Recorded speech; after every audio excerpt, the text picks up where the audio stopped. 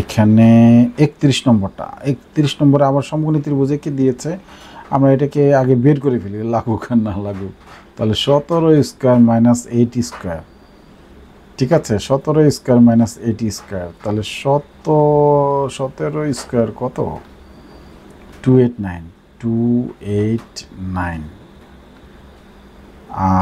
আচ্ছা একবারে তো আমরা লিখতে পারি 17 স্কোয়ার মাইনাস 8 স্কোয়ার, তাহলে 225।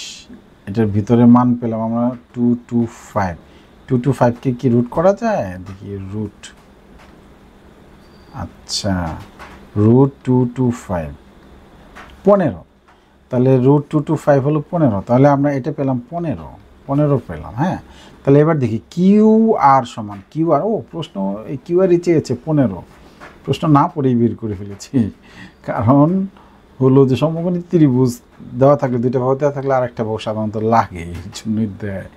এবার কট পি, এটা নিয়ে কাজ করলে এটা লম্ব, যে কোন নিয়ে কাজ করবে তার বিপরীতটা লম্ব, তাহলে কি হলো এখানে, এটা হচ্ছে লম্ব বাই ভূমি হলো 10, তাহলে এখানে ভূমি বাই লম্ব হলো, ভূমি বাই লম্ব 8/15 কট পি, এটা ঠিক আছে।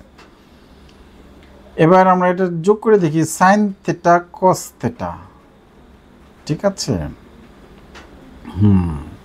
এবার হলো এটা থিটার বেলায় এটা লম্ব, হ্যাঁ, সাইন থিটা সমান কি 8/17 সেক থিটা কত, কস থিটার বিপরীত, কস থিটা হলো ভূমি বাই অতিভুজ বাই ভূমি, অতিভুজ বাই 17/15 যোগ 17/15। আচ্ছা সাইন্টিফিক ক্যালকুলেটরে সাহায্য করি, 8/17 17/15,